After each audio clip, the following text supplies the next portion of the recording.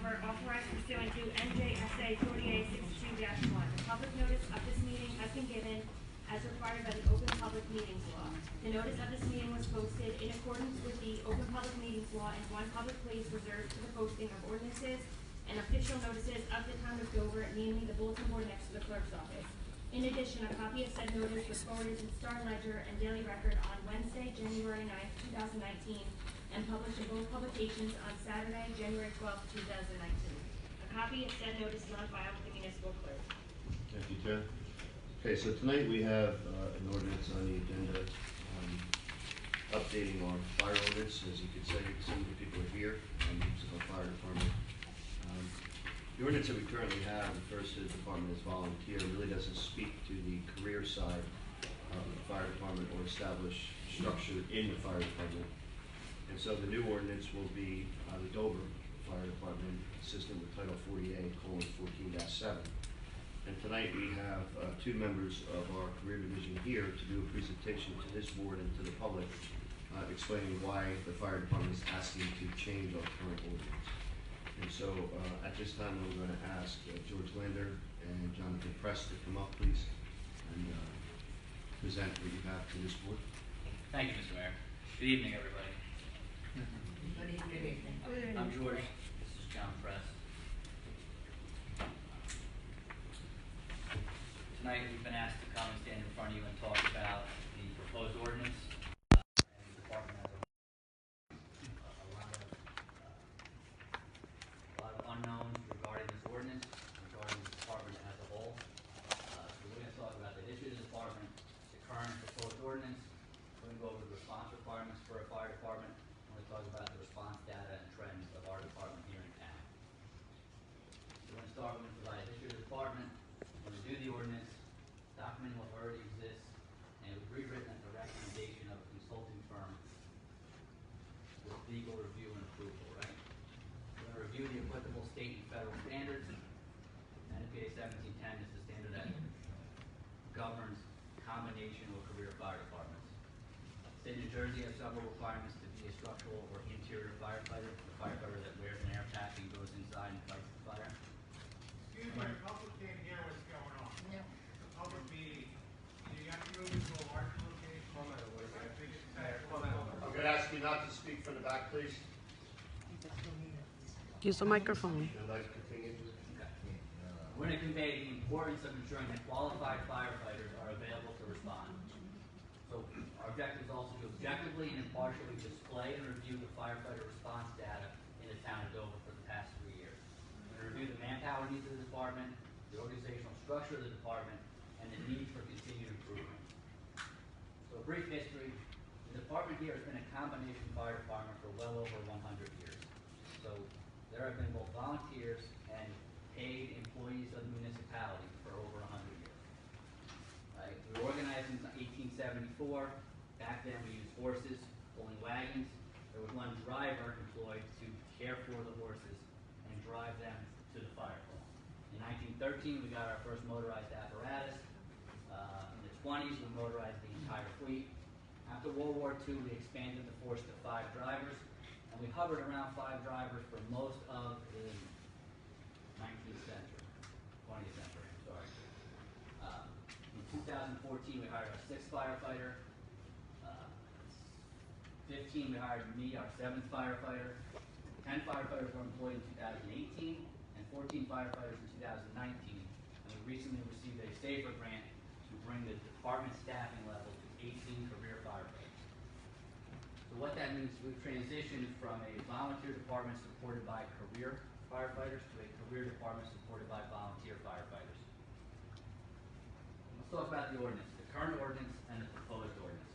In the current ordinance was written mostly by the volunteer component, very little input, actually no input from the career staff.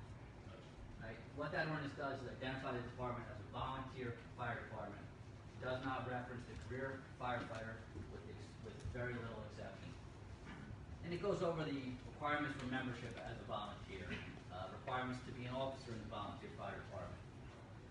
It removed several officer positions from the department. At that time there was 1 department chief, 3 assistant chiefs, 4 lieutenants and 4 captains. They removed 2 chiefs and 4 lieutenants from the chain of command. They referenced the uniform division, saying that no career firefighter can be an officer, and the chief shall be in charge of the day-to-day operations of the uniformed fire division. And that's the extent of the inclusion of the combination fire department. Right, and it also establishes compensation for volunteers and volunteer officers, and it defines a term they use called good standing. And good standing means someone who's responded to a certain percentage of fire calls, training evolutions, and other department functions. They also use community events and the department inspection annually. The ordinance also establishes a 25-member per company maximum for a total of 100, and I'm not sure if the EMS division is included or exempted from that requirement. So the proposed ordinance was rewritten in 2019. Several years ago, the Rogers Group, which is an accreditation firm, came to the town of Dover and reviewed our operations, our policies and procedures, and reviewed our ordinance, and determined that we were in violation of NJSA 40A:14-7, which is the requirement to establish your fire department. Right, so this ordinance was reviewed with legal and approval. What it does is establish the Dover Fire Department. No, does not say volunteer, doesn't say career, establishes a fire department. All right, so it accurately identifies us as a combination fire department, career division, a volunteer division. Like I said before in the previous slide, this has been a career fire department for well over 100 years. It goes on to define the membership and structure. Chief of department can be career or volunteer. Deputy chief can be career or volunteer. It identifies career captains. It identifies volunteer captains. It identifies career lieutenants, career firefighters, and volunteer firefighters. It also identifies emergency medical technicians, whether they be career or volunteer. It establishes the duties and responsibilities of the fire department, something that was missing from the last ordinance. It redefines good standing to be consistent with the New Jersey Firemen's Relief Association, 50% of all alarms and drills. It's a decrease of 10% from the previous requirements, but it eliminates the credit given for social activities and other non-firematic functions. It goes over the qualifications for membership as a volunteer. There's a residency requirement. You must live within 3 miles of the corporate border of the town. Background investigations, medical examinations. The qualifications for a career member follow the New Jersey Civil Service regulations. And the town is bound to that. This establishes the chain of command and establishes the powers and duties of membership. It reviews the expenses of chief officers and volunteer firefighters. It establishes a life insurance policy, $10,000 death benefit for all employees, for all firefighters, workman's comp insurance, which is required, and liability insurance. It identifies mutual aid agreements and authorizes and provides the authority to execute and the terms and conditions for those agreements. It also establishes a chaplain, the qualifications for a chaplain, the rank structure, battalion chief, and no compensation for that. So that's the ordinance in a nutshell. It does very little to change the actual fire department. All it does is properly identify the fire department in the manner in which it currently exists. So let's talk about the standards for firefighters here in New Jersey, covered under NJAC 12:100-10. And those training requirements include all firefighters must receive Fire 1 training. That's at the fire academy. All interior or structural firefighters must drill at least quarterly. All members must drill at least annually. And anybody who trains anybody must be more qualified than the individual they are training. Pretty straightforward. Training requirements also include hazmat operations level 1, bloodborne pathogens, right to know, the incident management system, which governs how a fire department interacts with an emergency. 12:100-10.4, personnel and limitations on ability to perform, discusses that, or ensures that employers, It ensures that the employees who are inspected to do interior structural firefighting are physically capable of performing their duties at all times, right? So prior to their appointment as a firefighter, they must pass a POSHA respiratory protection evaluation. It's 29 CFR 1910.134. And failure to pass that examination excludes you from being a structural firefighter. What that means is they check your lung capacity, your pulmonary function, to ensure that you are physically capable of wearing a respirator. And in the fire department, a respirator means the self-contained breathing apparatus, the Scott pack or the air pack. And that's what allows a firefighter to enter a dangerous atmosphere or a fire and fight fire. So here we are, POSHA. POSHA also stipulates that we have 2 in and 2 out in an IDLH atmosphere. So in an immediately dangerous to life and health atmosphere, there must be 2 qualified firefighters or employees to enter that atmosphere, and 2 additional employees trained to at least the same level, serving in a reserve capacity in case of an emergency with those first 2 employees. So those IDLH atmospheres, like I said, are gas leaks, fires, hazmat calls, carbon monoxide incidents. Those are bread and butter of the fire department. Here we go. Have to wear SCBAs. Consistent with the aforementioned laws, the Town of Dover Fire Department requires, just this year, started requiring yearly physicals to ensure that our firefighters are physically fit for duty and capable of wearing that self-contained breathing apparatus. So as of today, there are 18 members in the Town of Dover Fire Department qualified to wear an SCBA. Of that, 14 are career firefighters. 1 is a part-time fire inspector whose duties preclude him from firefighting, but he wears a respirator during investigatory phases. And 3 volunteers, 1 of whom lives in Warren County. Let's talk about NFPA 1710, the standard for organization and deployment of fire suppression operations, EMS operations, special operations to the public by a career fire department. And again, career fire department covers both fully career and combination fire departments. So the initial requirements for your bread and butter house fire, 2,000 square foot home, require 1 command vehicle with a command level officer, 3 engines, each of which have 1 officer and 3 firefighters on them, and 1 ladder truck, which has 1 officer and 3 firefighters on it. And these requirements are for SCBA qualified members. So when they break down in the standard the tasks that need to be accomplished, we have 1 incident commander.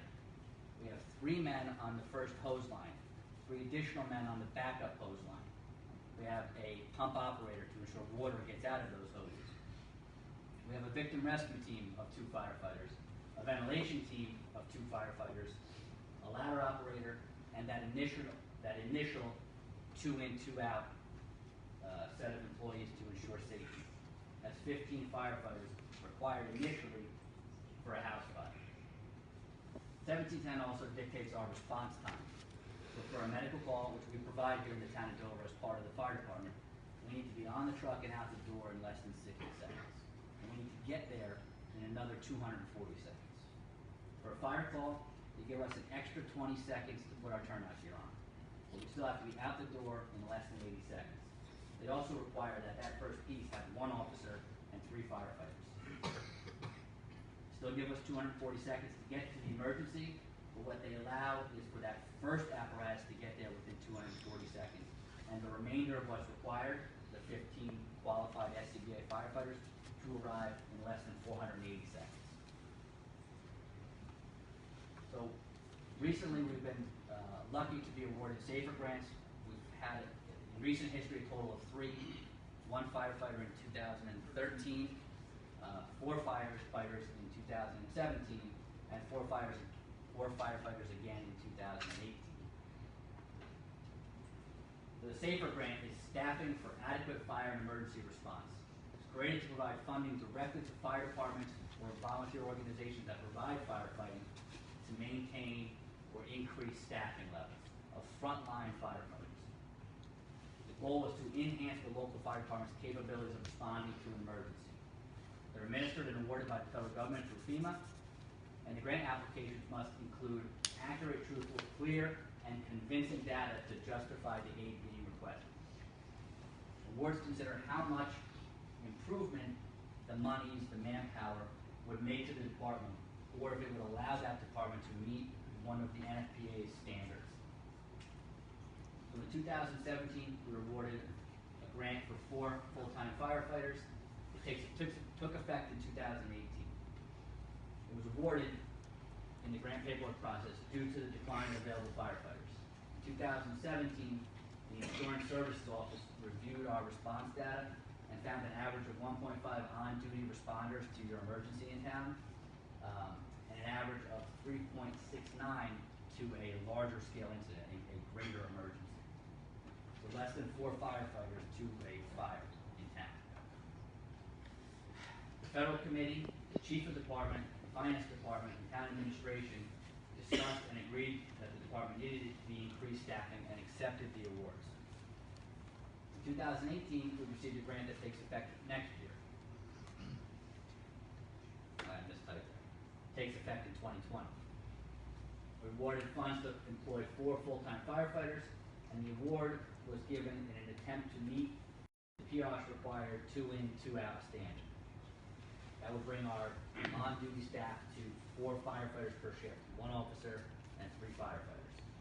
And again, the federal committee, the chief of department, the finance department, and administration agreed that the departments needed increased staffing and accepted the award. For the SAFER grant, it's an in-depth application process. It reviews all our response data, all our available manpower, and it reviews industry standards that apply to the fire department. We're objectively evaluated by industry experts in a blind evaluation. They don't know it's the town of Dover. All they see is the raw data, the raw numbers. Right? It must be applied for by the fire department, and it must be accepted by the department and municipality.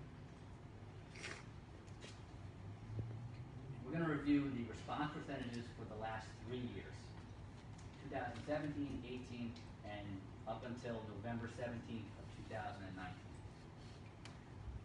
2017, we had 1 firefighter minimum staffing, 24 hours a day, 7 days a week. We had 7 career firefighters and 38 volunteer firefighters. We responded to a total of 2,349 calls. Of those, volunteers responded to 870 of those calls. Career staff only, meaning no volunteer response, to 1,455 of those calls.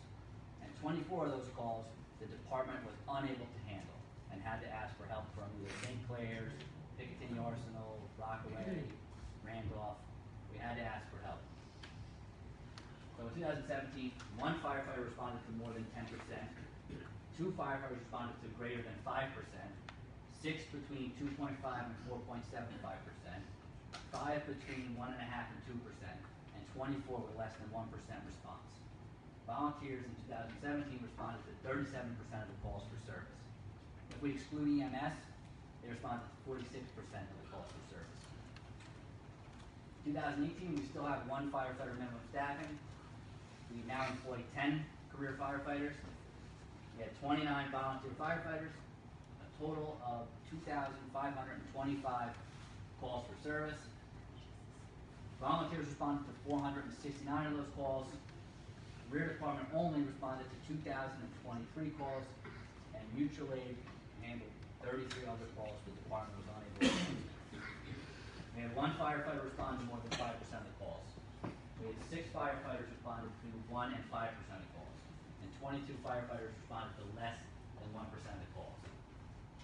Volunteers responded to 18.6% of the calls. If we exclude medical calls again, 23.8%. 2019, we have a drastic change. We now have 2 firefighter minimum staffing implemented sometime in March. We have 14 career firefighters after the acceptance of the first SAFER grant. We have 24 volunteer firefighters. As of the 17th, we responded to 2,170 calls. Of those, volunteers only responded to 207. Career department responded to 1,945 calls alone, and mutual aid handled 18 incidents we could not get to. As of today, we have 1 volunteer who responded to greater than 2% of fire and EMS calls, 4 volunteers who responded to between 1% and 2% of calls, that's between 28 and 43 calls, and 19 volunteers that responded to less than 1%, less than 19 calls for service. The If we include both fire and EMS calls, volunteers responded to 9.5% of the calls for service. If we exclude medical calls, we get a little better, 12.1% of the calls for service. Officer-elect data, chief-elect has responded to 19 calls for service, 0.8%, the deputy chief, 43 calls, 1.98%, captain-elect, 17 calls. One of the other captains has responded to no calls this year whatsoever. The EMS captain-elect responded to 51 calls, 2.35%. Two of the operational captains are not qualified to wear self-contained breathing apparatus, meaning they cannot supervise firefighters during the suppression of a fire. The chief and deputy chief were also unable to enter a burning building. So, trends and recommendations. What we see over the last few years is a rapid decline in the availability of the volunteer firefighter for the town of Dover. And the response rate of 9.5% indicates that the reliance on volunteers to fulfill the department's need is no longer practical. The volunteer division, however, can still contribute. There is still a tremendous amount of work that the department needs to accomplish. So investigations needed to determine if and how reliability can be increased. Whether it's via duty schedules so we know when to respond, increased incentives, recruitment programs, property tax abatement. There are ways to incentivize. They need to be investigated. And in the meantime, the career division expansion provides reliable fire and emergency medical services while reducing the burden on the volunteers. So, the importance of reliable, qualified responders in station. Right? Changes in the level of on-duty staffing have allowed us to respond to emergencies much more quickly and much more effectively. Two-man minimum staffing has done tremendous amounts of improvement for our response to emergency medical calls. John can tell you a story, will tell you a story about a response prior to our minimum staffing, and then conversely a response post minimum staffing. So 2016, I'm pretty sure the year was. So I was on duty alone. It was 3 in the morning. I got dispatched, difficulty breathing, to one of our senior buildings. I go. During my response, dispatch updates me and says, it's a 911 open line, which means basically you call 911, you put the phone down and you drop it, it's an open line. Nobody's responding, but they can hear you. They hear groaning and moaning, that's it. That's not a good sign. For anybody that doesn't know medical stuff, that's not good. I get there by myself, I get my medical bag that has the oxygen and everything else I need in it. I get the AED, so I have no idea what I'm walking into. I get the stretcher, and by myself, bring that all the way upstairs to where she is. We have a way to get in. We have a little safe box that has the keys. I open up the key because she can't move. There she is on her couch, phone on the floor, barely breathing. She's gray. Pale white turning gray. Again, if you don't know what that means, not good. She's trying to talk to me, which I couldn't believe. Put oxygen on her. I tried moving her, and I put out a request for manpower for help. Manpower for help, pagers go off again, and they send a text message to your phone, to all the responders' phone. Right. The oxygen helped her a little bit, but it made my job a little bit harder. She got combative, which means she was hypoxic, so she started to be very confused. Okay? So she's begging me not to let her die. 6 breaths in between each word, don't let me die. Right? Grabbing on my radio, wouldn't let go of my radio strap. I actually detached it and put it on the ground. I had to actually get on top of her and hold the mask to her face to let her breathe. I put out a second request for manpower. Pagers, phones. Nobody came. The cop had to go downstairs and get another oxygen bottle because I ran out. I had 1,000 pounds. Right? It ran out. We were about to run out. Go downstairs and get the other ones in the truck. Comes back upstairs. He switches it for me. I attempted to pick her up. She started flailing. I put her back down. Third request, manpower, pagers and phones. The paramedics finally showed up. They had to come upstairs and stabilize her before we moved. I could not put her on a stretcher while she was flailing like that. She'd fall, or something else would happen that would make me look like I didn't know what I was doing. So the medics stabilized her. I go downstairs. There's actually a St. Clair's truck just standing there. She's like, I heard you on the radio. I saw no one was coming. I drove down here. I was like, drive the truck. She's like, okay. She got in the Dover Fire Department ambulance, from St. Clair's, with a St. Clair's shirt, drove us to the hospital. Their partner drove the medic truck. They left their truck there. They got permission from their boss. So, long and short, she died while getting tested on in the hospital. I could have gotten there faster.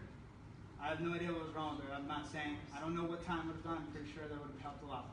Okay? But she did not make it out of the hospital. That's the only info I got. They're not really allowed to tell me. Somebody else told me that. So, how do we compare that to the other call we had? Me and two of the guys I work with. We got a call at 1 in the morning. Cardiac arrest. I mean, somebody's heart has stopped. Right? We got in the truck in less than a minute, got to his house in less than a minute. That's less than 2 minutes. We started CPR, no pulse, no shock advised. Continued CPR. AED said shock advised, we shocked him. Continued CPR. By the time the medics got there, we checked the pulse, he had a pulse. He's going to recover. Speed, manpower, help, doing different tasks that they're supposed to do. Third one I'm going to tell you, because it's not all about EMS in this town. It's about fire too. We got a call on the 4th of July. I don't know if you guys heard about the fire on the 4th of July. Well, there was 4 of us working. We turned out so quick, we got to the call so quick, that we put water on the fire in 6 minutes. 6 minutes. That's not from dispatch. I'm pretty sure that's from 911. 6 minutes. Volunteers did show up, right? But having a staffed fire department made a difference, I think. And then everybody else started coming, and we fixed what was broken. Kind of. But we saved the house as well. That quick initial response is what can make a tremendous difference for the citizens in the town of Dover.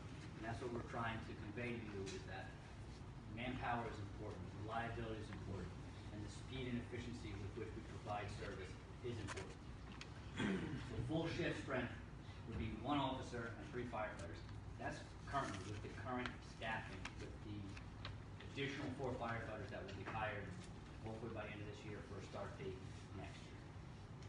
1 officer, supervisor on shift, 24 hours a day, 7 days a week, and 3 firefighters on shift, 24 hours a day, 7 days a week. That allows 4 men on an engine in accordance with NFPA standards. It also allows us to send 2 members to an ambulance call, the additional 2 members, and still be able to respond to that second incident that we're currently missing. And that 1 officer and 3 firefighters immediately establishes or satisfies the 2 in and 2 out requirements of POSHA. This is the current rank structure. Chief, deputy chief, both of those can be either career or volunteer under the proposed ordinance. We delineate volunteer captains. Under the volunteer captains are volunteers. Under the career captain are 4, or shall be, 4 career fire lieutenants, each responsible for 3 separate employees. Also under the career captain is the fire official, who's responsible for fire inspections, fire investigations, public safety programs in the school. And under him right now is currently 1 part-time fire inspector. So to summarize, the Dover Fire Department has evolved tremendously over the past 100 years. Our manpower availability has rapidly decreased while the call volume has steadily increased. And the state and federal requirements have changed dramatically. The time commitment, the training requirements, our documentation requirements, our health and safety requirements take more time and take more energy. Now the needs of the town have also changed. The town is growing, the town demands a higher level of service, which we're responding to on average more than 2,500 calls for service every year, currently with a 2-man minimum staff. And the continued population expansion increases our demand for services. But the town is full of opportunity. This is our opportunity to evolve the department into one the town needs and deserves. Thank you all for your time.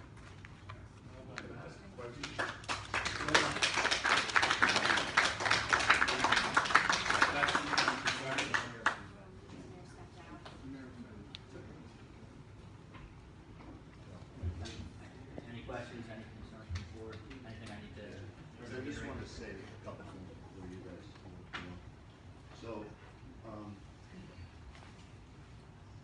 the town continues to grow, as most of you know, and it becomes more and more important for response time to provide the same level of service to our community that we always provided in Dover.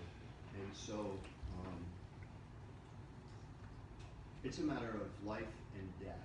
Seconds can mean life and death in this community.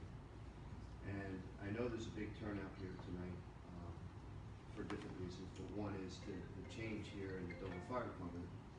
And I want the public to understand that, and this board, this is something that has been worked on for about a year. This ordinance has been in draft form back and forth through committee for about a year before we got here tonight.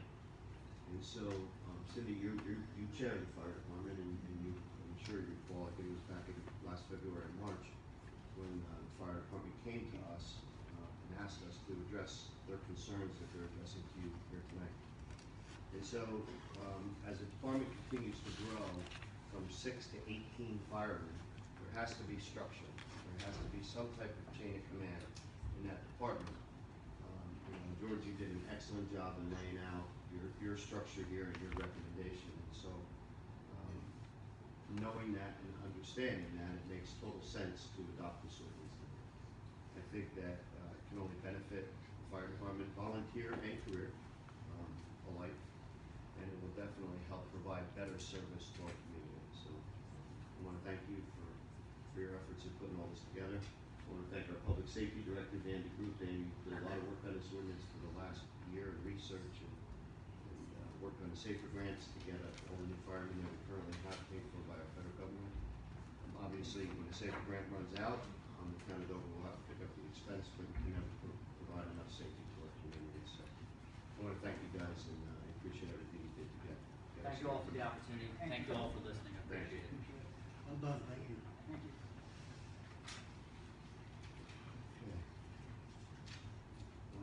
Captain Dagley will not be here tonight for their presentation. I want to pull that off the agenda.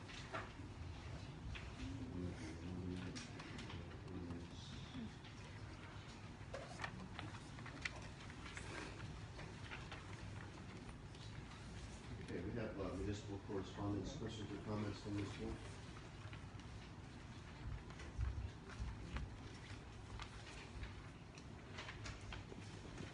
We have our consent agenda tonight, approving bills list, approving taxes, approving raffle licenses, approving cancellation of escrow balances, approving transfer resolutions, and amending chapter 159, resolution 229, 2019. Questions or comments from this board?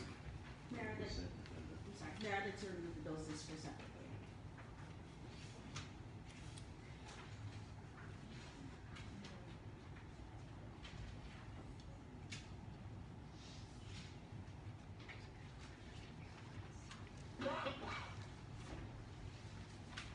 Okay, we have an ordinance for first reading, authorizing the purchase of block of over 7 lot 1, also known as 15 Sussex Street by Alderman May. Ordinance 16, 2019, amending and supplementing chapter 72, salary and compensation. Alderman Pizzioli. Ordinance 17, 2019, amending and supplementing chapter 20, the fire department, which is changes, and ordinance 18, 2019, authorizing the execution of restricted questions or comments from this board? I do have a question about ordinance 17, the fire department ordinance. First I want to thank Mr. Pex and Mr. Planner for their presentation, it was very informative. I have a question regarding, you gave a little history about how the ordinance came about. I do agree that there needs to be a change on our current ordinance, to open us up to some possibilities here. Some holes, to say the least. But I'm wondering if this ordinance was put together with input from the volunteer firefighters. Yeah. Can you speak to that, Dave? Sure. You want me to come in? Yes, can you please?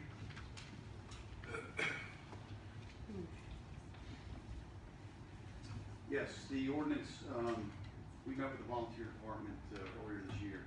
Telling me we were going to be redoing the ordinance, we wanted their input. They gave us a draft version of what they would like to see in it back a couple of months ago. It didn't cover the things that we wanted to cover. We wanted to include the career members in the ordinance. There was very little mention of them in the current ordinance. It increased a stipend incentive, salary incentive for the volunteers. So it would make it easier for them to make more money, yet their numbers were not adequate, as you just saw in the presentation. They also reduced the qualifications for chief and deputy chief, which were in the current ordinance. They removed one of the required trainings. And quite frankly, that's not what we were looking for. We were looking to make this a more professional department based on the ordinance, an ordinance-driven department. And what they had provided to us did not meet any of those needs. So they had some input, but they didn't contribute to the final document. So when this was all discussed, it didn't meet the state requirements either under, what this new ordinance is gonna pull everything together.